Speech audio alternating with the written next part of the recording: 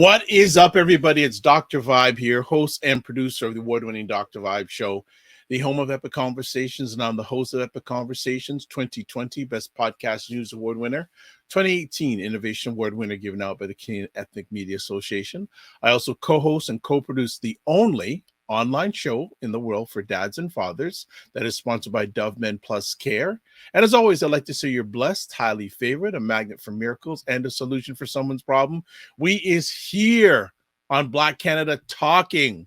We give time and space in a safe and brave space for Black Canadians to give their points and POVs on stories all around the globe, not just in their neighborhood, not just in their community, not just in their province, not just in their country, global.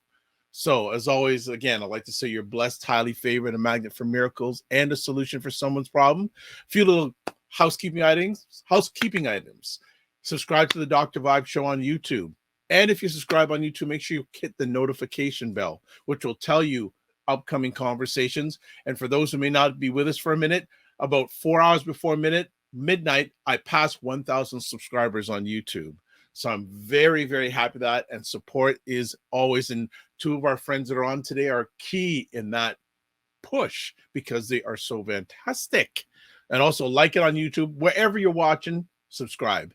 And another quick thing, if you are watching this before February 16th, 2023, in collaboration with Innovation Guelph, I've been asked to do, one webinars down, two more down about all things podcasting, and had about 60 people on the first one earlier on last week. So two more to come. And it was very happy that a lot of family from the Dr. Vibe posse came and gave their support. So really appreciate that. The link is there. If you have any questions about it, it's free. And even if you just register, you'll get the replay for free. So that's fantastic. So today, January 22nd, we have a friend that I didn't know she'd ever come back. Like whether she was in another country, she's doing this, she's doing that. But one of the things I really enjoyed is before we went live, she's really taking care of her self-care because she is one of the most positive, productive people I know.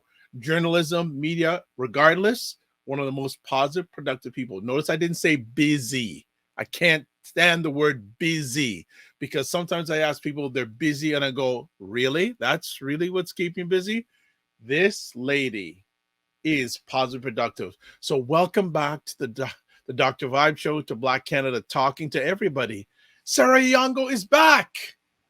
Yes. What? We got you back. Yes. Habari to my Swahili speakers. Bonjour to my fellow Quebecers and French speakers all over the world and across Canada. And hello from the unceded, unsurrendered territory of our amazing Anishinaabe Algonquin people here in Gatineau. I'm so glad to be back.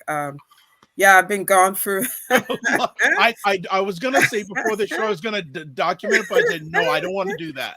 Yeah, I've been gone for a minute. Yes, the self-care thing is very, very, very important. And all my fellow activists and advocates in community, please take care of yourselves.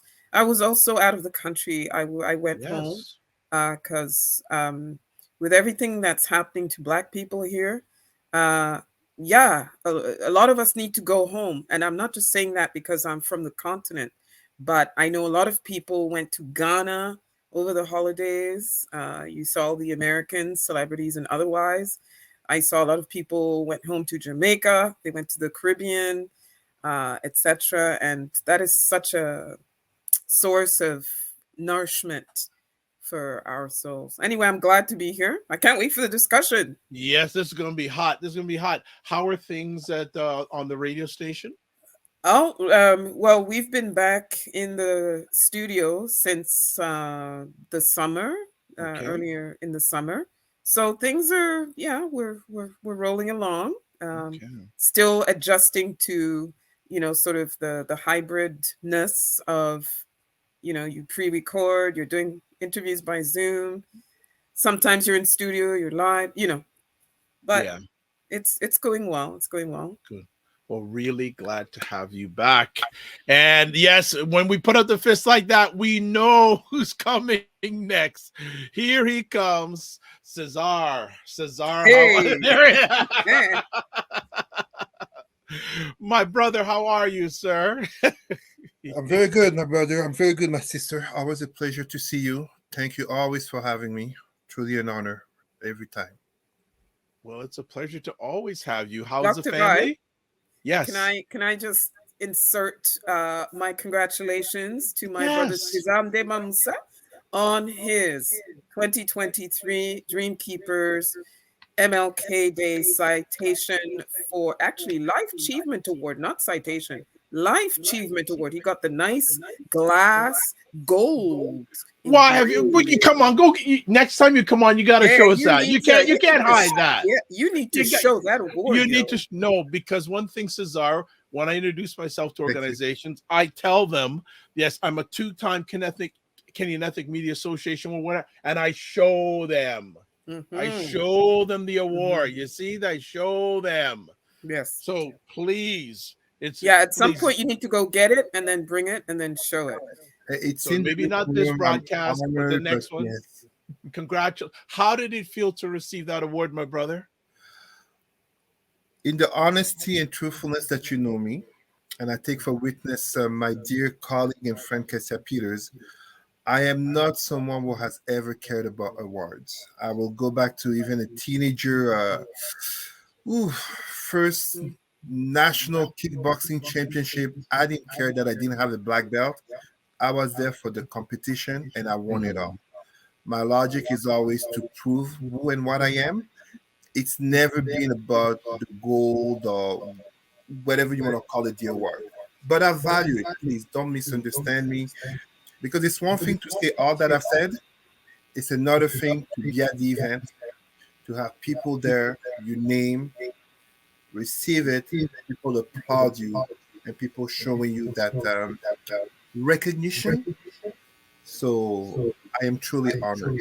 I am truly honored. Congratulations. Sometimes I'm too Congratulations. much of a stoic for my own good, to be honest with you. But you know what? I can relate to what Cesar is saying. I'm always embarrassed when people announce to me that I've won this award or that recognition or whatever. And it's not false modesty, that discomfort. We do what we do. We just do what we do Yeah, because we feel, we were put here, God put us here for a reason. And our reward is from seeing people benefit from the work that we do, right?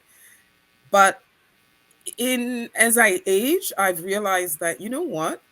There are young people watching you. Mhm, Cesar, I mhm, saw the young men who were there with the coach wow. who received the award. There was a bunch of Top Flight Academy, mhm. which is a great basketball academy, and their coach was receiving an award. They were nominated.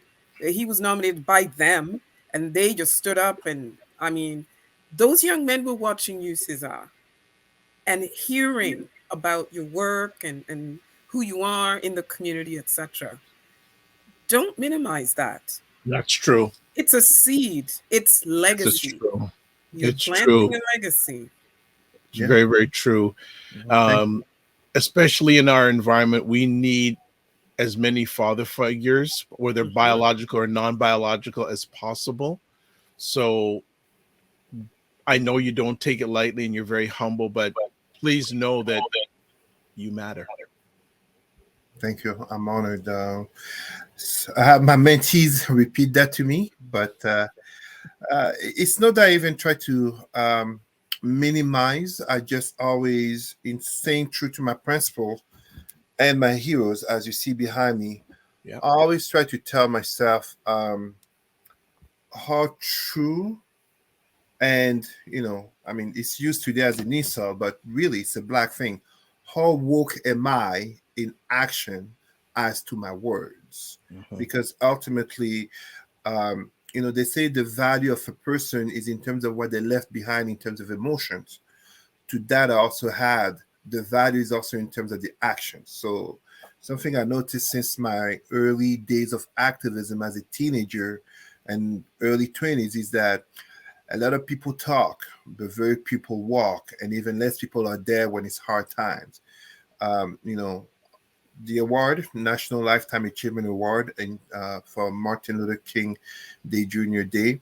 Martin Luther King, our great hero, had this saying in terms of how uh, I may be quoting wrong, but the vast majority of Black people will never fight for the struggle, but they will reap the benefits of it.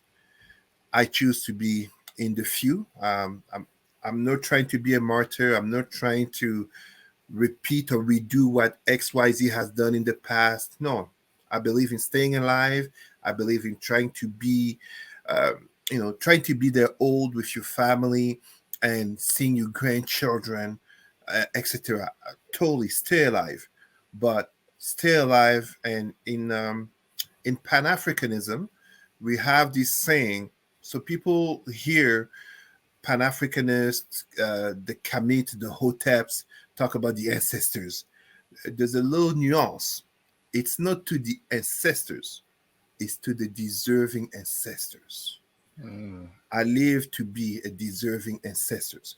I Those like heroes that. behind me were deserving ancestors. Sarah, you know the expression in terms of how in Africa, pretty much on the four corners of Africa, that expression that says, that popular saying that says, um, every time an old person dies, it's a library that dies. Library. Mhm. The truth is, it's not all of them who are a library worth keeping. Some of them, some of them were libraries that were corrupted. And this is the type of African philosophy we need to bring forward, so that, like I said, I'm a Stoic. No, I'm a Pan-Africanist. We need to bring these elements of Black consciousness. Sarah's getting right. I think Sarah's right there pulling up something. Yeah, we need to, because it connects. When Dr. Vibe shows his award and says, you won the award because you're addressing these issues in terms of men, in terms of Black men. Somebody out there is listening, be like, hey, there is something that relates to me. When Sarah is saying we need to reconnect and go to the motherland, and she really specifies, it's not because I'm born in the continent, it's because we are Black, aka to be somewhere where people don't look at you as a stranger because of your dark skin. So when I'm bringing, as I always do in my conferences and training, African philosophy, it is not some intellectual showing off. It's not some look at me, I read so much. It's because someone, and it's usually a lot of people in that room, they have never heard anything that sounds like African/Black philosophy or etc. The five figures that I have behind me, anyone can name them. Most Black people will struggle to name more than there are outside of entertainment and sport. So this is why it matters. Wow, we could end the show right there, but let's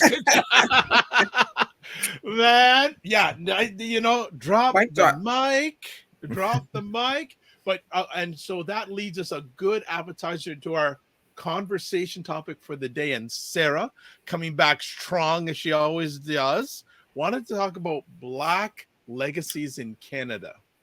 Okay, Sarah, so the reason, kick it off. yeah, the reason why I chose this topic is, well, it's kind of a selfish reason. It's because Black History Ottawa will be launching the month, the observance in the city of Ottawa, under the theme Legacies Worth Preserving, Celebrating, and Creating, right? And last week I was reading, I think his name is Andrew Griffith. Yeah, something he wrote about the Order of Canada and just the underrepresentation of certain groups. And of course, Black people are in that group of underrepresented. And most of the appointees throughout last year and before that were these white men and very few Black people. And it got me thinking about whose legacies are showcased and whose legacies are celebrated, right?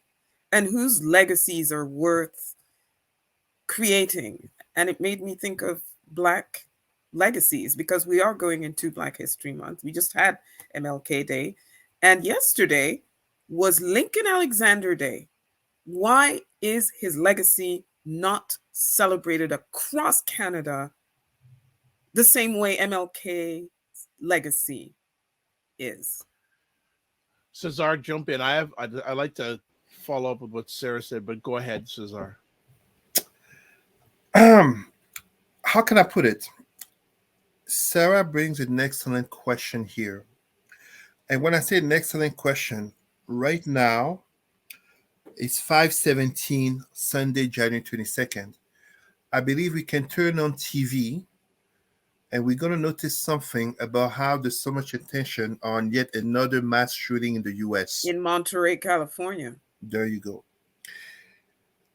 3 years ago, when there was this white man, and we have to say he was a white man, in Nova Scotia, if I recall, who committed Canada's greatest mass shooting, CNN didn't exactly cover it, neither did Fox and other channels. So when Sarah asked that very important question, because this is a question of identity, Canada is kind of, I always use the expression little brother to the United States. And unfortunately, this is seen throughout the culture in terms of how, more often than not, what comes from the United States not only takes precedence to what comes from Canada, but even supersedes what is Canadian. So MLK, Martin Luther King Jr., and of course, we love his memory, we acknowledge it and all that, and it's not just the fact that he's a global figure, but it becomes a problem when on this very land where we are at, the vast majority of our Black people, our Black teenagers, elementary students, professionals, they have no clue what was Lincoln Alexander.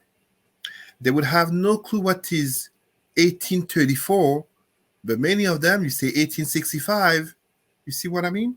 So it's that cultural dominance from the United States that still impacts us. On one side, it's totally human. I mean, you go to Belgium, most Black people know a lot more about French history than the story of Belgium where they live in.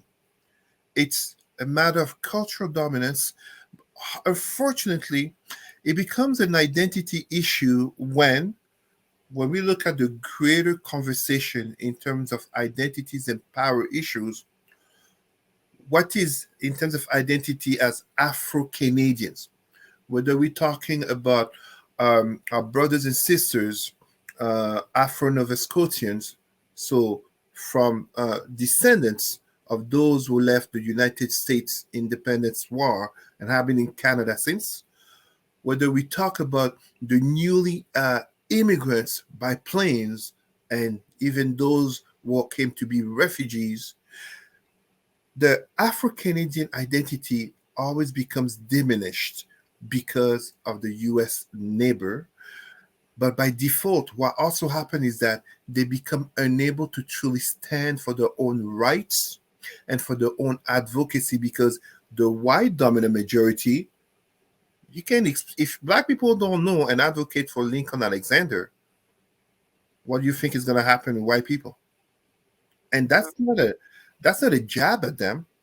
It's actually a jab at us, aka Lincoln Alexander stood up for Black Canadians. Question. We have so many heroes of Black history in Canada. Yet, from my experience in conferencing in high schools and professionals, I doubt that most Black Canadians could name 5 Black Canadian heroes. But they can easily name 5, 10, 15 American heroes. Yeah. And we can't blame the schools all the time. Well, so Sarah, you were reading my alleged mind. I was going to follow up with what you shared with us in that, whose responsibility is it for us to know our Black Canadian heroes? Okay, so I belong to a historical society, Black History Ottawa. So obviously we are on the front line of that, and we need to be more aggressive, because I think that's also, it's not so much that nobody's doing it, it's the level of aggression with which we're doing it, the energy with which you're doing. By the way, I would like to acknowledge and shout out Rosemary Sadler. Rosemary Sadler is one of those people who pushed and got Ontario to have Lincoln Alexander Day and helped get Lincoln Alexander Day nationally, as well as Black History Month, as well as Emancipation Day, etc., etc. So we need more Rosemary Sadlers, like multiply these people. And when they put themselves out there, we need to be behind them, because it's very lonely trying to get these national observances and recognitions. It really, really is lonely. The people who do the lobbying, and they don't always get the support from their own Black community. So it starts with us. It starts at home. It starts in our communities. It starts in our associations. You know, like, why is there not sort of the blanket adoption of Lincoln Alexander Day with all of the African and Caribbean associations across Canada? Can you imagine if all of them automatically on their website in the week leading up to Lincoln Alexander Day, boom, you go on their website, that's the first thing you see. And they actually put under the late Lieutenant Governor Alexander's picture, the only Black person in Canada that has a national observance named for him. That's very much lost on a lot of people. You know, he's the only one. Zero, like one. There's one. So there needs to be concerted efforts, more sort of aggressive, proactive. Don't wait to be told. Educate yourself. But unfortunately, and I'm sure Dr. Vibe, you're going to chime in with this, we're too busy in our little silos. We're too busy with, oh, the Kenya thing and Nigeria, whatever, Ghana, oh, Jamaica, oh, the Trinidad and Tobago and the this and that and Barbados. And we're only worrying about, you know, Errol Barrow or so and so and so. Lincoln Alexander, who's that? Oh, and he's Jamaican anyway, so who cares? What? The mentality that we still have of, you know, sort of operating in silos and me, and I and my only community, and I don't see myself as part of a continuum of Black excellence across Canada and throughout Canada's history and before Canada was Canada. We're going to keep getting this kind of thing, you know, legacies that are dismissed and diminished. I have a conversation point for both of you, and I've brought this up periodically in conversations. If Black life ended in Canada tomorrow, what legacy would it have? Well, what's Black Canadians' legacy right now as we speak? Cesar. I have so much. I don't want to dominate. It's an excellent question. If you don't mind, very quickly, Dr. Vibe, are you able to show the link I just sent to you? Because to answer that question in terms of future, I have to answer quickly in terms of the present. So your previous question, the responsibility in terms of bringing forth that Black Afro-Canadian history is actually on two levels. On the individual levels, where it starts at home, the families educating their children, such as they do in terms of, how to address the police, knowing about Black history, such as Malcolm X, Martin Luther King, the Black Panthers, but as well, Shaka Zulu and, anti-colonial resistance. That's great. But it also takes institutional involvement at the provincial and federal level, because, to give a perfect example, even I, 10 years ago, I did not know about Viola Desmond. I learned about Viola Desmond as many other Canadians, notably Black Canadians, at the same time, but I had a first of knowing further. So now we have Viola Desmond and on $10 bills, but it took a recognition not just of anti-Black racism, but a willing desire from the government that this person needs to be recognized. So just as, for example, we do that recognition in terms of, the third Monday of January Martin Luther King Jr. Day. That's great. And it's adopted in many countries. In Canada, January 21st, 2023, should be recognized and acknowledged, if nothing, in the schools in terms of Lincoln Alexander Day. So then when we talk about Black legacy in terms of Canada, if Black people kept to disappear, uh, it's a little bit complex to say, but on one side, we don't have a critical demography. Blacks in Canada are less than 4%, if I'm correct by my statistics, beginning 2023. Contrary to the United States, where there are 14, 15%, and the Black Americans have been there for 4 centuries, where Black Canadians, truthfully, as a national presence, it only dates back to a few decades ago. When I say a few decades ago, it was like we're really talking about the 70s and 80s, to be quite honest, on a national presence. There's been Blacks in Canada before, but on a national presence of Blackness, it's not like in the US. We need to basically be able to recognize Black Canadian presence beyond the entertainment, beyond the sport. So we can talk about the Raptors, we can talk about Drake, we can talk about Vince Carter, an American. We can talk about Bruni Surin, Donovan Bailey, etc., etc. But and that's good. Please, it's never against entertainment, but it's to say that we are so much more than just entertainment. Because the problem is that if we become only known in terms of the cliches, the entertainment, the consumerism, the religion, it makes it that much easier to erase us because we become cliche. Where are our Black Canadians who are in basically the agro-industrial sectors? Canada is a vast land that has lots of farms. I mean, all that money that Canada is giving for Ukraine is because there's a lot of Ukrainians who came here and were notably involved in the farming industries. They have land, they have power, it influences politics.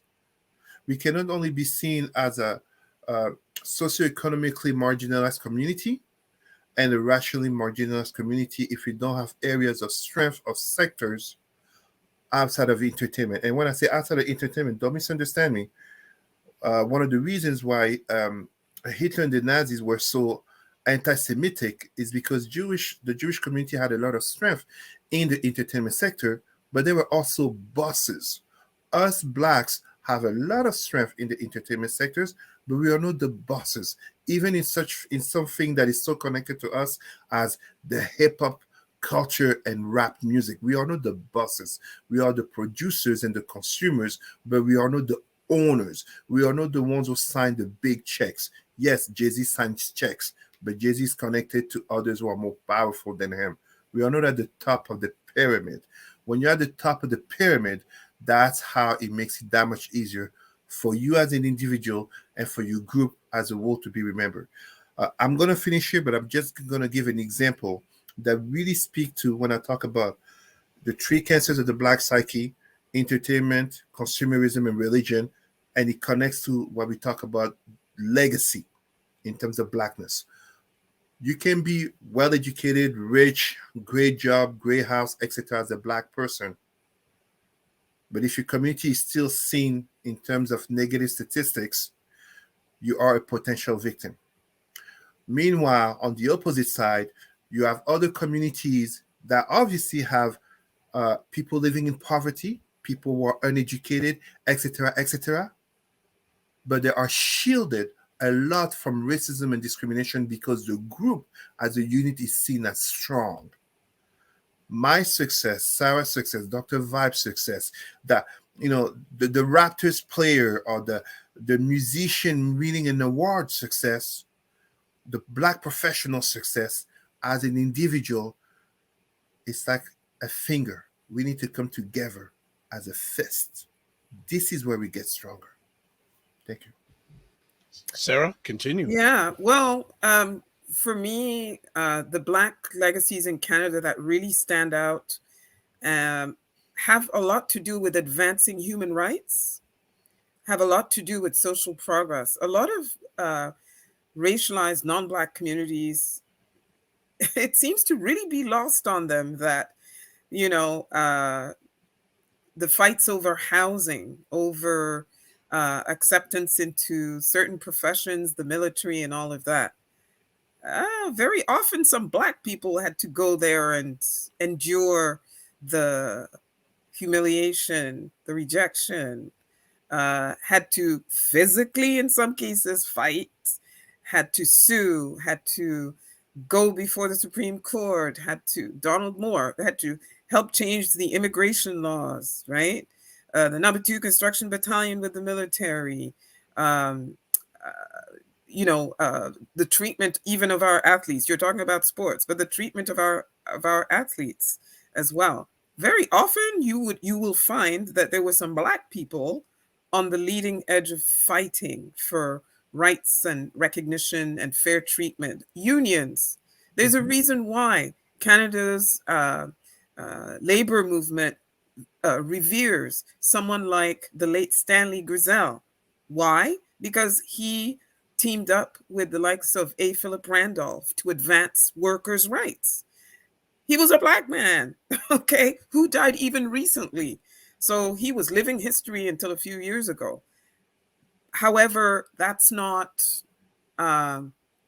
put to the fore beyond Black History Month. You know what I'm saying? So, for example, when there's Labor Day or something, I'm sorry, we should all be talking about all of our Black, labor activists, past and present, and putting them out there big. We have to be aggressive. And that's one of the problems, like I said earlier, about we're not aggressive enough about showcasing consistently. Yeah, we showcase during Black History Month, and once February's over, we're done. We move on to the next thing, right? But I'm gonna bring up something interesting here, because at the beginning of our conversation, yeah, we talked about awards. Yes. And my co-hosts on the Morning Vibe, which is on Monday mornings at 9 a.m., Monday and Friday mornings at 9 a.m. Eastern time, the awards ceremonies are just a dime a dozen. Do they still have value when it comes to Black legacy in Canada? You know what? I think they have their place, especially the ones that are mainstream, the ones that are, when I say mainstream Black, I mean, the national ones, the ones that are linked to a specific sector, like CBTU awards, Baby Pierre awards, Gala Dynastie in Quebec, the national ones. The association ones, they matter for the people who are part of that community. You know what I'm saying?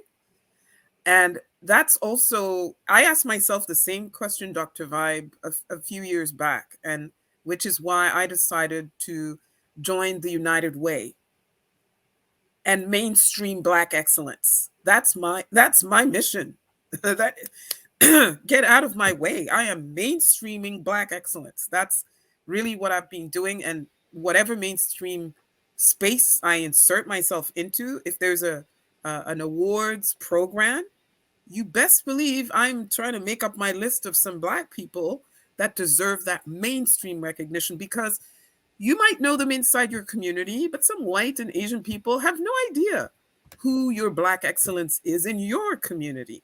That's why I'm obsessed with things like the Order of Canada, even though a lot of people think, I don't need the Order of Canada to prove my worth, blah, blah, blah. Hello, the Order of Canada is the highest civilian honor you can get as a Canadian, okay? Mm-hmm. It's like the Presidential Medal of Freedom in the United States. It's kind of the equivalent of that, okay? Our young people and our kids and new Canadians, immigrants coming in, they need to see your Black excellence on that platform right there, right? So I agree with you that, when it's the internal awards, and I some people I know have complained a lot about, c'est toujours les mêmes. It's always the same people. They have an entire living room full of awards. Why are we giving this person an award again? Whatever. I find also in our communities, we get lazy and we get lazy and we're not looking for Black excellence beyond, you know, the networks we know. Go outside your networks, pay attention, look around, ask around, okay? And make sure that you are casting a wider net. I'm going to stop there. If I could, Go ahead. I Go could ahead, go on and Cesar. on. Go on. if I could very quickly add to what Sarah actually just said regarding the Order of Canada, the equivalent of the presidential medal in the United States, the equivalent of the Légion d'honneur in France. Mhm. We talk about systemic racism, and some people, of course, including Black people, feel like, oh, there's no white privilege, your efforts, and this and that. But even on the Order of Canada, it is proven, CBC, so this is not a Black media. CBC themselves have done research showing a disparity in terms of awardees of the Order of Canada regarding the representation of the country.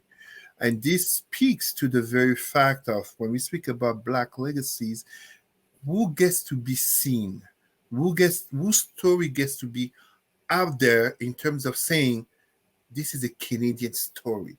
So it's great, Viola Desmond, but we were just talking about Lincoln Alexander. And at the same time, when we talk about Order of Canada, well, Indigenous people, Black people, and other marginalized communities, not only are they not represented as in terms of the population, but are also not represented in terms of the real Canada. So still that perception of that postcard Canada, and then it creates an intellectual, but also an administrative laziness in terms of Canadians and Canada as a society in regards to who do we bring forward to say, this is the Canada. This is not even a matter of politics or left or right or ideology. No, this is what is the reality of Canada Mhm. versus what is the illusion of Canada. All right, Sarah. Can I'm I just gonna add something? absolutely. You two just go, and also Can I just whenever add you, something? whenever you want me to bring up the articles each one of you have just given me, I'm ready to bring You those can up. bring up the CBC one. It was actually Okay. not CBC that did the study. It was Andrew Griffith. He's a former public Yes, I servant, know senior about public him. servant, Yes. with immigration, I think it was, or something like that. But one Yep. thing as well is, I don't know if you noticed that under former Governor General Michael Jean, all of a sudden all these Black people was getting the Order of Canada. I've never seen so many Order of Canada ceremonies with some Black people. Okay. And I've been watching them for some 20 plus years on TV. And now there's many, many more Indigenous people getting the Order of Canada under Governor General Mary Simon. So that also has an impact. However, things like the Order of Ontario, the Order of Canada, Order of New Brunswick, Nova Scotia, etc., Order of Ottawa, even the Ordre de Gatineau, etc. It's the public that nominates, eh? It's the public that nominates, and then there's obviously a committee that decides. But as Black people, we still are not very good at, I mean, I know I'm generalizing, but my experience with the United Way Community Builder Awards has shown me that as Black people, we're still not good at understanding sort of the strategic relevance and benefit of putting forward someone who is not necessarily us or our brother, sister, or best friend, or someone we like. When you put someone forward that that exemplifies a legacy, accomplishments, not just to your community but to society, to the mainstream, to the country, to the province, etc., you honor your community, and you honor the wider Black community when you do that. It's not just about you, and it's not just about them, right? It's about a continuum of Black excellence, of which you are a part, even if you're not getting the award.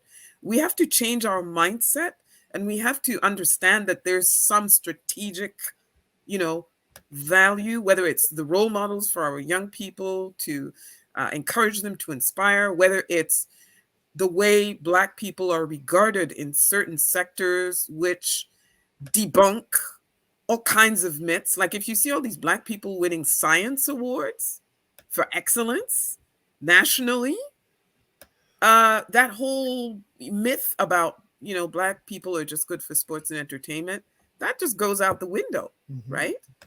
Medicine, you know, like people like Dr. Yvette Bonny, who is a renowned hematologist here in Quebec.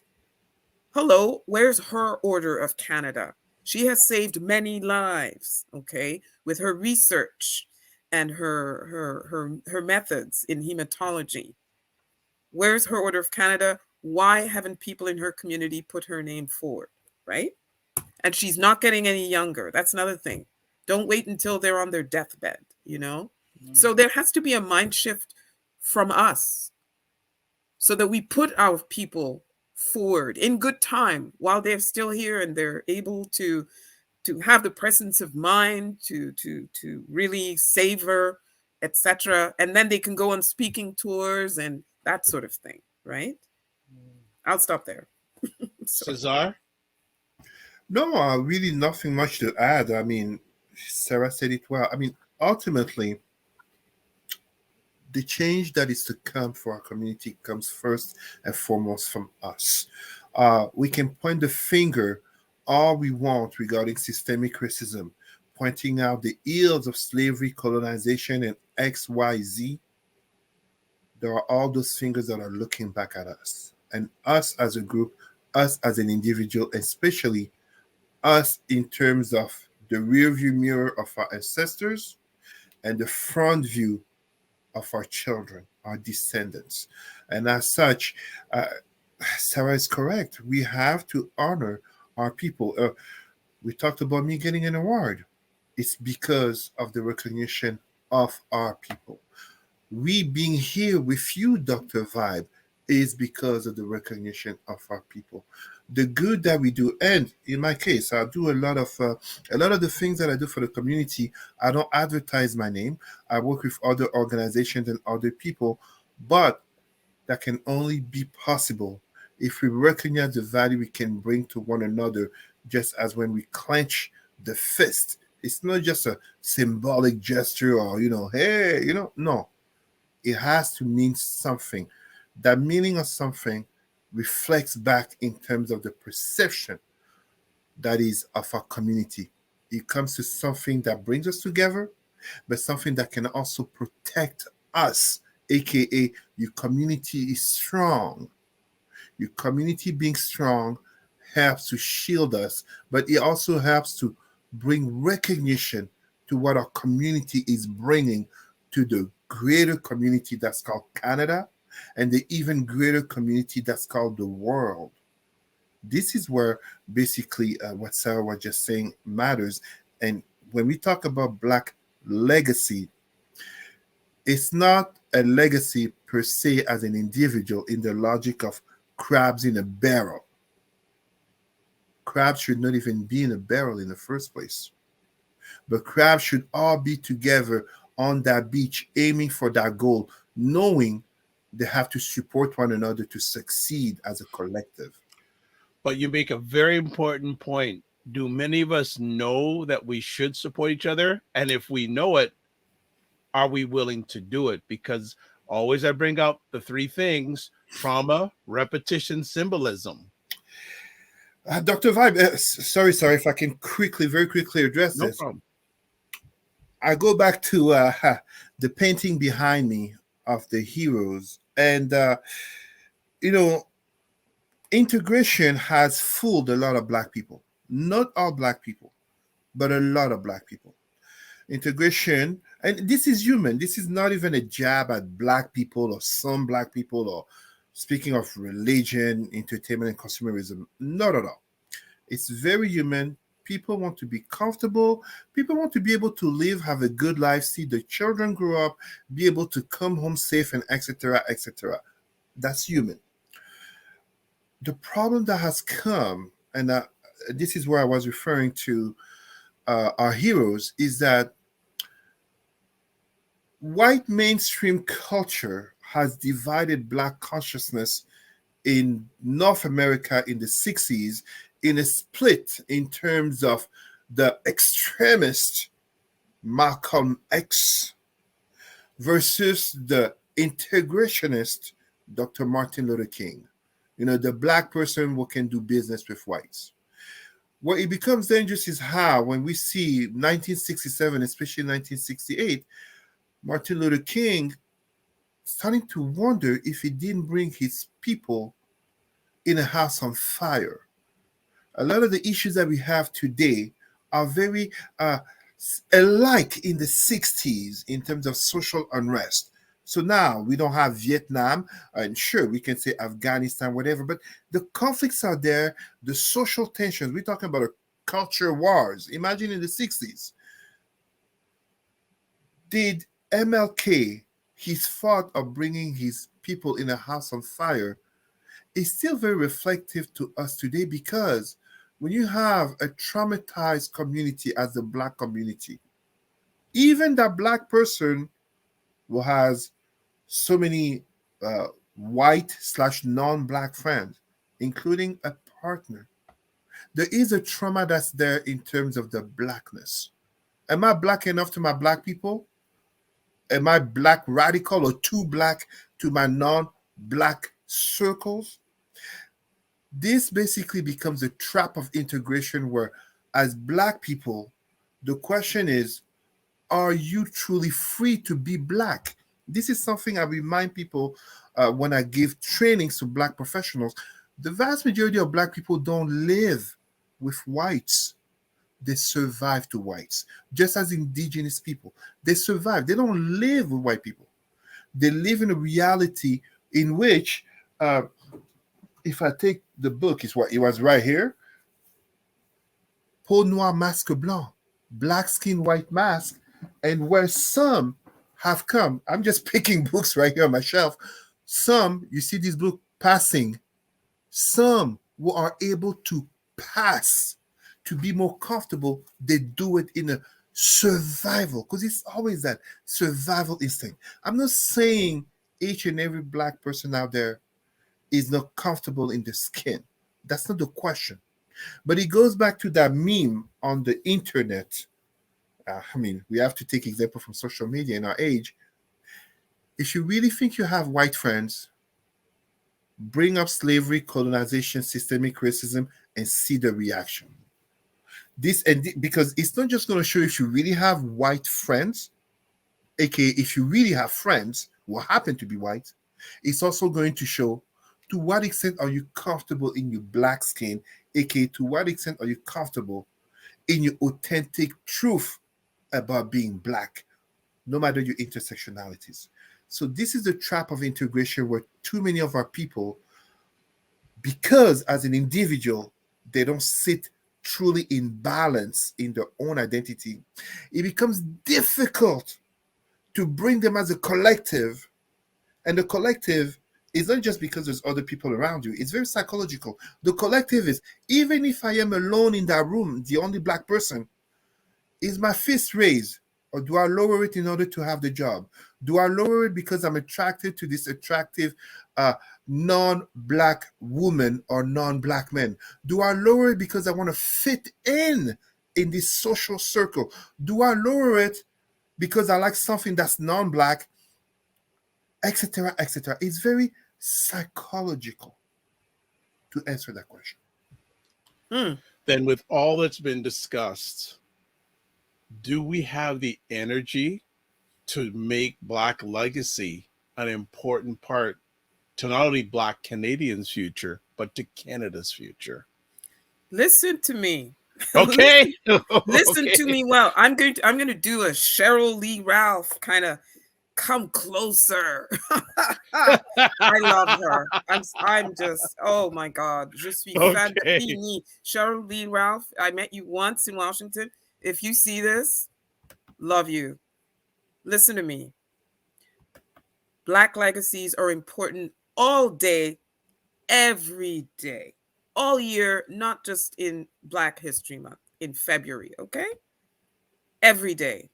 You are making your Black legacy every day with the choices you make in terms of, like Cesar says, how you bring yourself to a situation, how you bring yourself into a room, whether it's a boardroom, whether it's a classroom, whether it's a bathroom, public bathroom, wherever.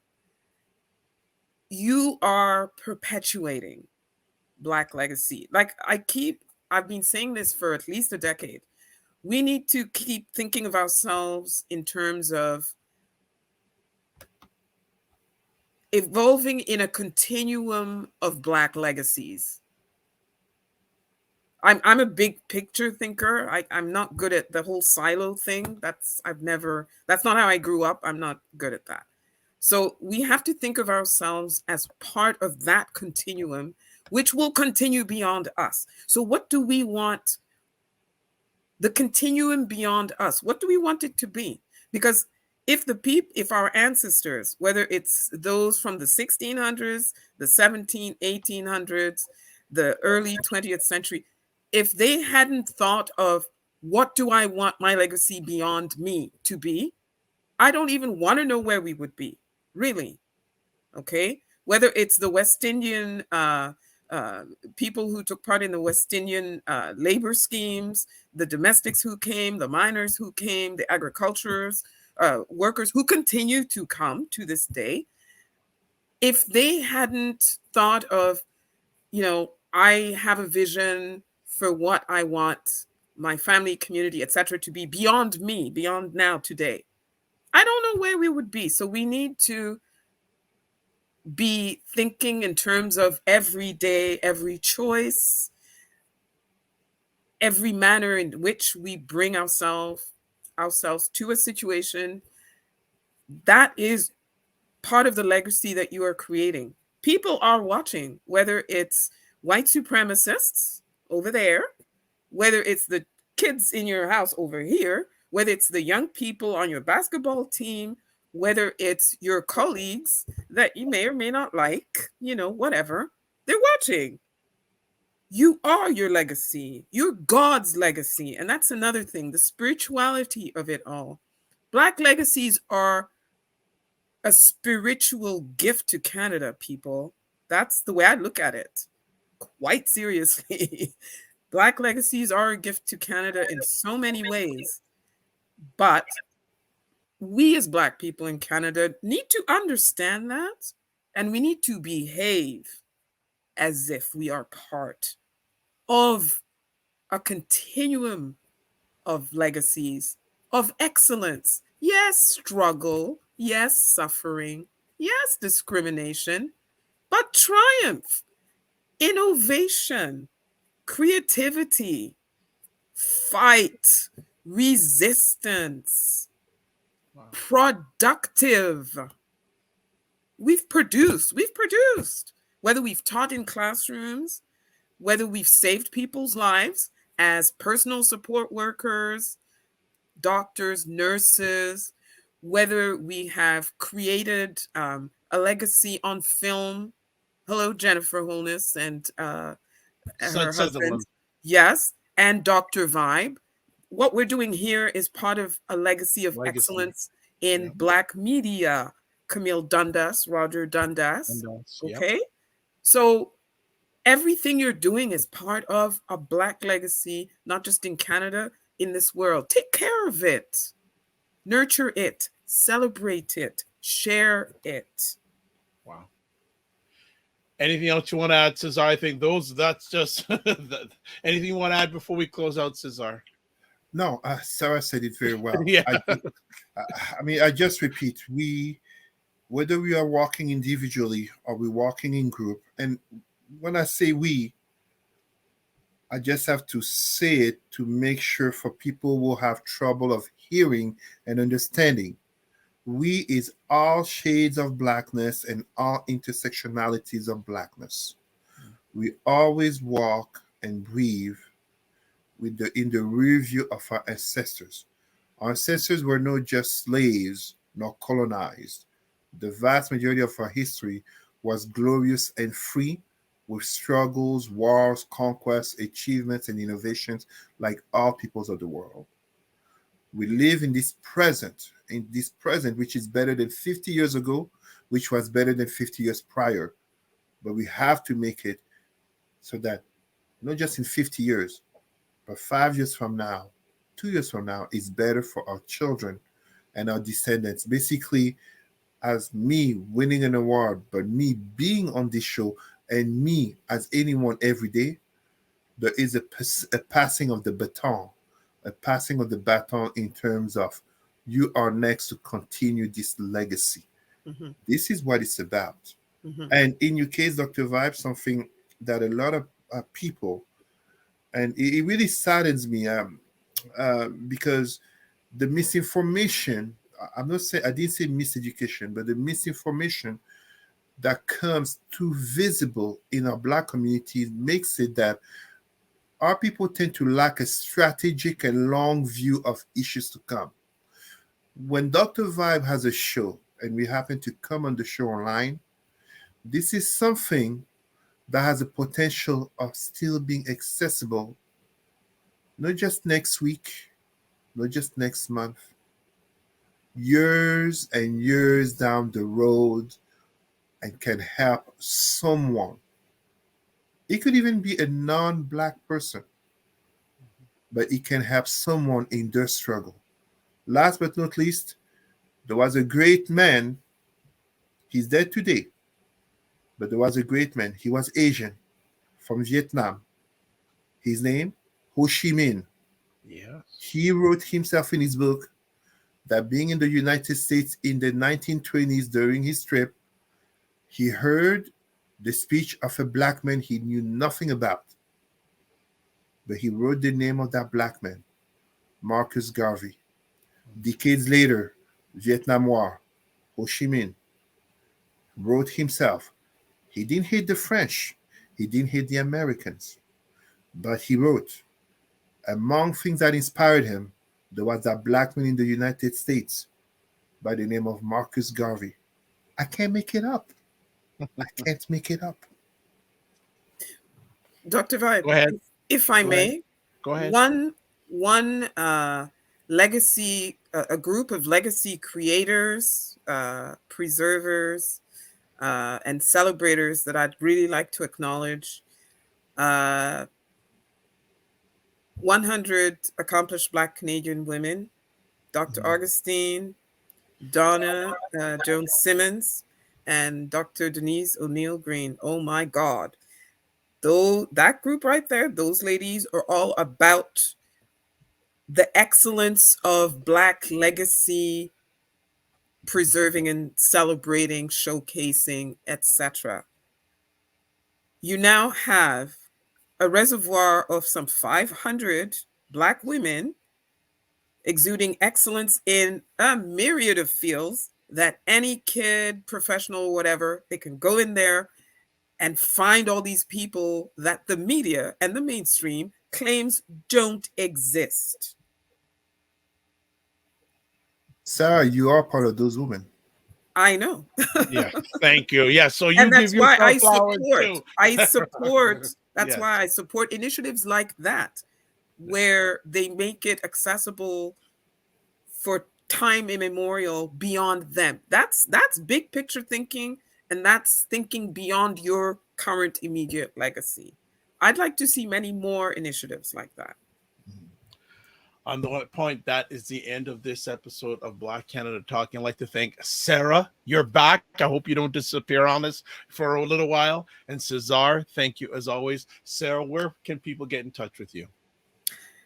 I'm on Black 891 at hotmail.com. Black on Black is the show that I co-host and co-produce on CHU 89.1 FM every Saturday from 11 a.m. to noon Eastern time, North American time. Excellent. Cesar? I am still reachable. Facebook is getting suspicious. I haven't been blocked in a while, but it's a good thing. Facebook, Cesar Remy, Rimy, Emery, Emery. For those who wondered the names, Emery is a tribute to Patrice Lumumba, who was assassinated a few days ago in January, and Remy is a tribute to arguably the greatest pharaoh, Remy Sissu II, aka Ramses II. And last but not least, was it an hour and 15 minutes ago, I officially became certified in religious trauma. And we have to remember, thank you so much. We have to remember it's not about bashing religion, aka Christianity, Islam, because of slavery colonization, but we have to recognize there's a lot of spiritual abuse in the Black community, whether it be psychological, financial, sexual, and notably upon the vulnerable ones, aka the elderly, but especially our women and children. You can count on me as I speak of the three cancers of the Black psyche: entertainment, consumerism, religion. You know me, you can count on me to address it very frontally.